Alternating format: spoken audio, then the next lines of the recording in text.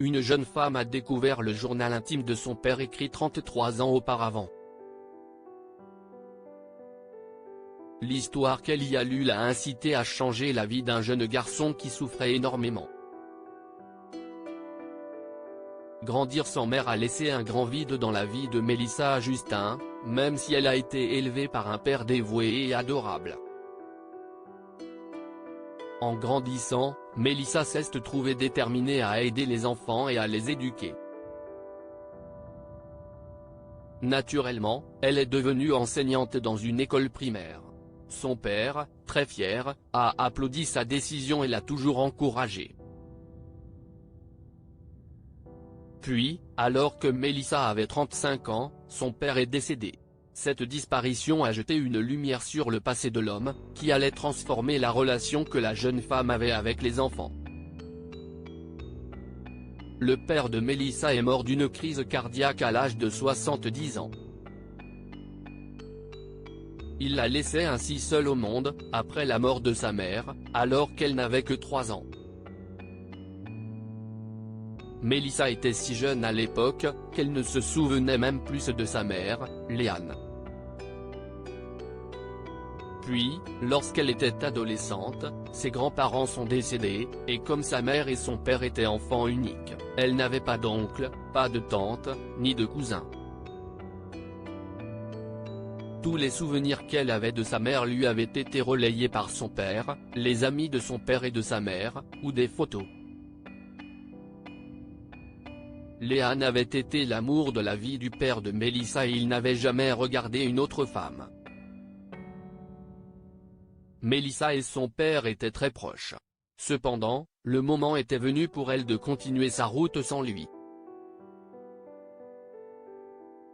2 jours après l'enterrement, elle a dû se rendre à la maison de son père et emballer ses affaires. Ce qu'elle y a trouvé a changé sa vie. Dans le tiroir de la table de chevet de son père, elle a trouvé un vieux journal.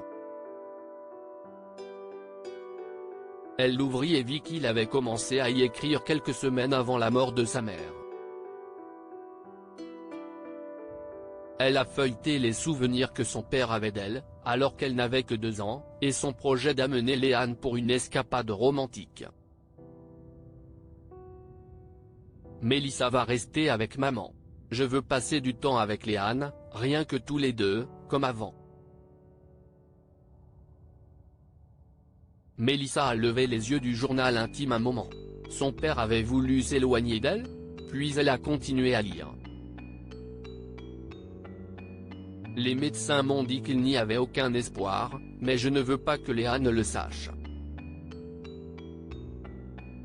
Je veux qu'elle profite pleinement de ces derniers mois, sans crainte ni inquiétude. Sa mère avait été malade? Mourante? Mais Mélissa a toujours cru qu'elle s'était noyée lors du naufrage de leur bateau de croisière. Quelques pages plus loin, elle a découvert la vérité. Son père a raconté la terrible histoire du naufrage, des passagers courant vers les canaux de sauvetage en hurlant. Il a écrit que Léane était assise dans ses bras jusqu'à ce qu'un passager enragé l'arrache et la rejette sur le pont incliné.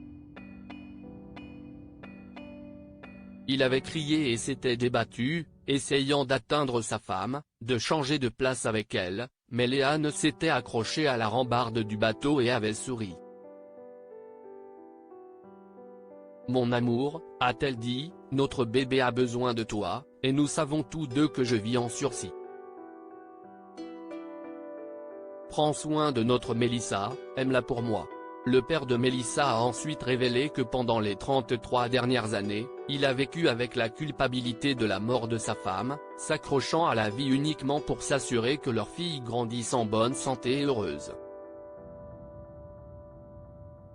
Son dernier message, daté de quelques jours avant sa mort, disait « Bientôt je serai avec mon amour, et mon cœur sera enfin en paix. »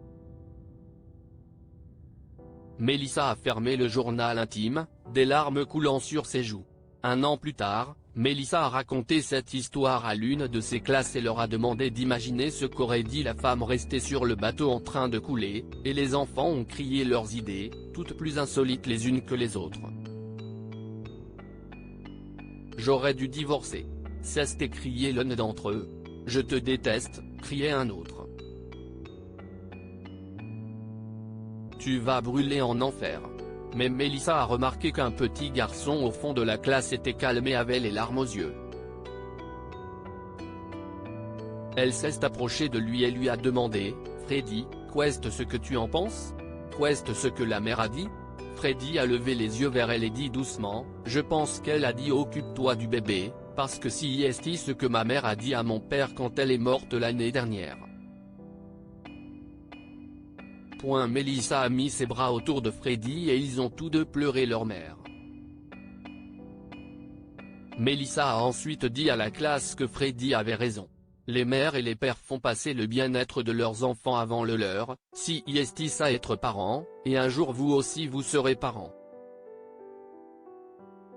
Ce jour-là, je veux que vous regardiez le visage de votre fils ou de votre fille nouveau-né et que vous vous souveniez de cette histoire, et que vous sachiez que si est cela, l'amour inconditionnel. Ce soir-là, de nombreux élèves de Mélissa sont rentrés chez eux et ont jeté leurs bras autour de leurs parents et les ont serrés fort. Ils ont commencé à comprendre les choix difficiles auxquels les parents sont confrontés et le pouvoir merveilleux de l'amour d'une mère. Que pouvons-nous apprendre de cette histoire? Les mères et les pères font passer le bien-être de leurs enfants avant le leur. Léane savait qu'elle était mourante et que sa fille avait besoin de son mari, elle a donc fait le sacrifice ultime. Un chagrin partagé est un chagrin réduit de moitié. Freddy a été réconforté par le fait qu'il y avait une personne dans le monde qui savait exactement ce qu'il traversait, car elle avait subi la même perte, son enseignante, Mélissa. Abonnez-vous à Mon Mama sur Google News.